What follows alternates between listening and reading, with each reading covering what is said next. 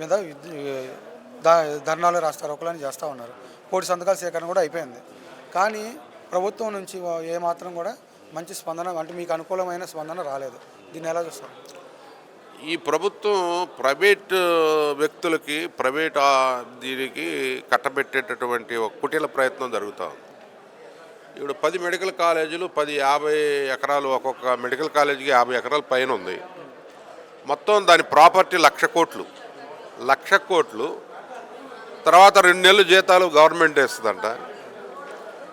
Government ఇచ్చి ప్రజాధనాన్ని వాళ్ళు దుర్వినియోగం చేస్తూ ఉన్నారు. ప్రజల ఆస్తులై వీళ్ళకి గవర్నమెంట్ ఇచ్చిన పాలసీలు, ప్రజలకు అనుకూలమైనటువంటి నిర్ణయాలు తీసుకునే పాలసీలు గవర్నమెంట్ చేయాలి.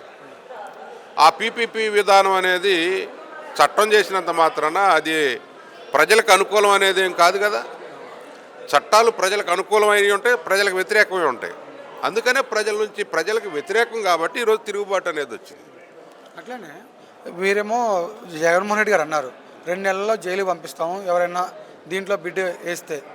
కానీ వాళ్ళేమో ఎవరిని జైలు పంపిస్తావో, మోడీని పంపిస్తావా, నన్ను పంపిస్తావా అనేది సత్యకుమార్ గౌడ అన్నారు.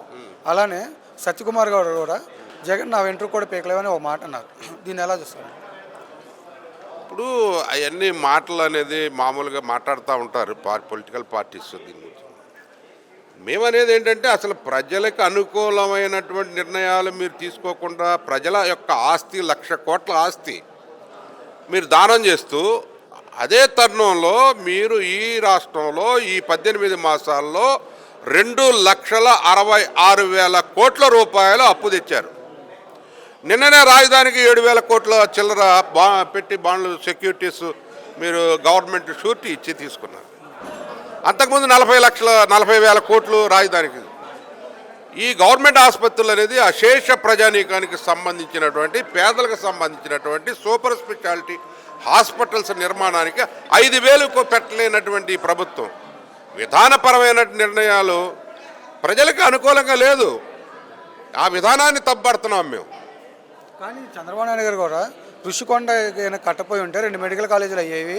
ఇది మరి జగన్మోహన్ రెడ్డి చేసిన తప్పే కదా ఇది కూడా అనేది అన్నారు. ఇప్పుడు విశాఖపట్నం ఇది మంచి గ్రోయింగ్, అంటే ఏషియాలోనే అతి త్వరగా డెవలప్ అవుతున్నటువంటి నగరాల్లో ర్యాంకు సాధించింది విశాఖపట్నం. అలాంటి విశాఖపట్నంలో ఎమ్యూనిటీస్ కల్పించాల్సినటువంటి అవసరం రాష్ట్ర ప్రభుత్వాల మీద ఉంది. ఆయన వరల్డ్ క్లాస్ అంటే విశాఖపట్నానికి రకరకాల వివిధ స్థాయిల్లో ప్రపంచ దేశాల నుంచి వస్తూ ఉంటారు.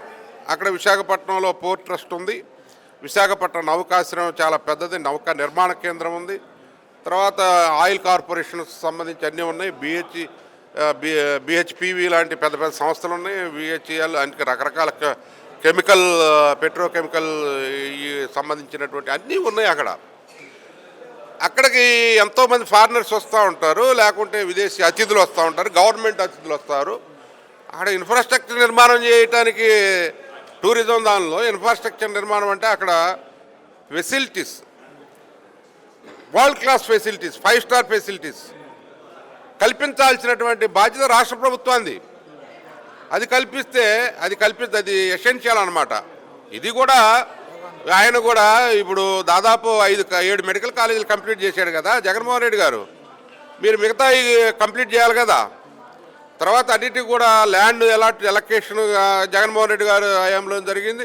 పునాదులన్నీ అంటే కన్స్ట్రక్షన్ దాదాపు వివిధ స్థాయిల్లో ఉన్నాయి. మీరు చూసిన మొత్తం కూడా ప్రజలంతా చూశారు. ఇది వాళ్ళ యొక్క విధానపరమైనటువంటి లోపం. దాన్ని కప్పించుకోవడానికి రుషికొండ అంటావు, లేకుంటే ఇంకోటి అంటావు, ఇవన్నీ కూడా బసిబూసి మారేడుగాయం బాటలు కాదు. నువ్వు పేద ప్రజలకు అనుకూలమైన వైద్య విధానమా నీది కాదా, అది మేము అడుగుతున్నాం.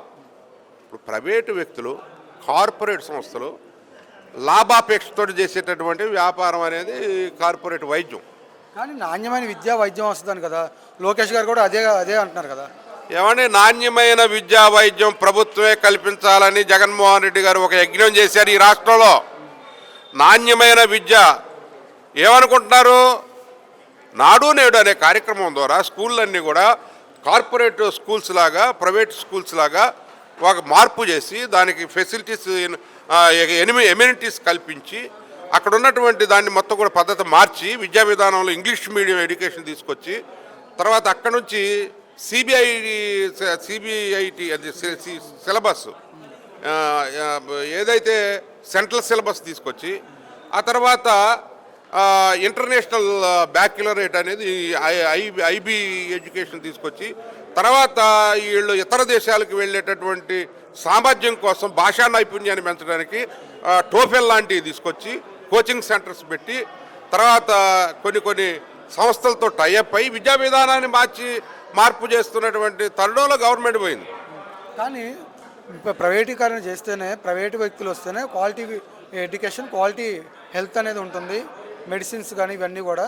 అదే గవర్నమెంట్ అయితే ఇదంతా కూడా చేయలేదని లోకేష్ గారు రీసెంట్గా అన్నారు. ఈ మాట ఏమంటే అదే కదా ప్రభుత్వం పేదలకు అందుబాటులో అది ఆర్థికపరమైనటువంటి వెసులుబాటు ఉన్నవాళ్ళు అబోవ్ మిడిల్ క్లాస్ ఇంకా ఈ ఐఏఎస్ ఐపీఎస్లు లేకుంటే ఇండస్ట్రియలిస్టులు చిన్న చిన్న స్మాల్ స్కేల్ ఇండస్ట్రియలిస్టు వాళ్ళ పిల్లలు ఎఫర్డబుల్ వాళ్ళు అంటే ఎఫర్డబుల్ అంటే 1,00,000 2 లక్షల సీట్ ఉంది, ఇప్పుడు 3 లక్షలు ఉంది. ఇంటర్నేషనల్ స్కూల్లో 3 లక్షలు చిన్న పిల్లవాడికి ఎల్కేజీ పిల్లవాడికి ఉంది. ఈ కూలికి పోయేవాడు 3 లక్షలు కడతాడండి. ప్రైవేటు సంస్థలో బుచ్చికైతే ఏమన్నా మీరు పెట్టినట్టు 4P పెట్టారు బంగారు కుటుంబాలన్న ఎన్ని చేశారు చెప్పమను.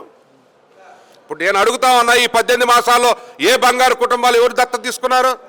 అన్నీ అభూత కల్పనలు అసత్యాలు ఎన్ని చెప్పండి. బంగారు కుటుంబాలు ఏం చేసావు నువ్వు? ఇండస్ట్రీలు మొత్తం అంటే దత్తత తీసుకోవాలంటే ఊళ్ళో దత్తలు తీసుకో స్వచ్ఛంద సంస్థల వారు కార్పొరేట్ రెస్పాన్సిబిలిటీ వాళ్ళు చేస్తూ ఉన్నారు. ప్రభుత్వం చేసేది వాళ్ళ మీద పెట్టి ఏదో దత్తత తీసుకోండి అంటే తీసుకుంటారా? ఇది ఏమన్నా ఇదే? అది ఫెయిల్యూర్ అనేది మీ పత్రికలే చెప్పినాయి కదా. ఏబిఎన్ రాధాకృష్ణ ఏం చెప్పాడు? P4 పిచ్చి పట్టింది ఈయనకి చంద్రబాబు నాయుడు గారికి, ఇది చాలా ఆచరణ సాధ్యం కానటువంటి విషయం అని చెప్పారు. ప్రొఫెసర్ నాగేశ్వర్ లాంటి అనలిస్టులు ఎంతోమంది మామూలుగా సోషల్ సైంటిస్టులు సామాజిక వేత్తలు ప్రజాస్వామ్యంలో ఎలాంటి పనికిరావని చెప్పేటటువంటి వాళ్ళందరూ చెప్పారు. నువ్వు అక్కడవే నేను మేధావిని అంటే సరిపోదు చంద్రబాబు గారు, మీ కూటమి నాయకులు ఎవరు సలహాలు ఇచ్చేవాళ్ళు లేరు, మీరు అన్ని తప్పుడు సలహాలతోటి ప్రజలకి వ్యతిరేకమైనటువంటి విధానాలు మీరు అవలంబిస్తున్నారు. విద్యలో అంతే చేస్తున్నారు, వైద్యంలో అంతే చేస్తున్నారు. ఈ రెండు కూడా ప్రజా వ్యతిరేక విధానాలు. అందుకనే మేము పూర్తిగా మా జగన్మోహన్ రెడ్డి గారి నాయకత్వంలో మేము పోరాటం చేస్తాం. రేపు రాబోయే రోజుల్లో జగన్మోహన్ రెడ్డి గారు అధికారంలోకి వచ్చిన తర్వాత వీటినన్నింటినీ కూడా సవరిస్తాం.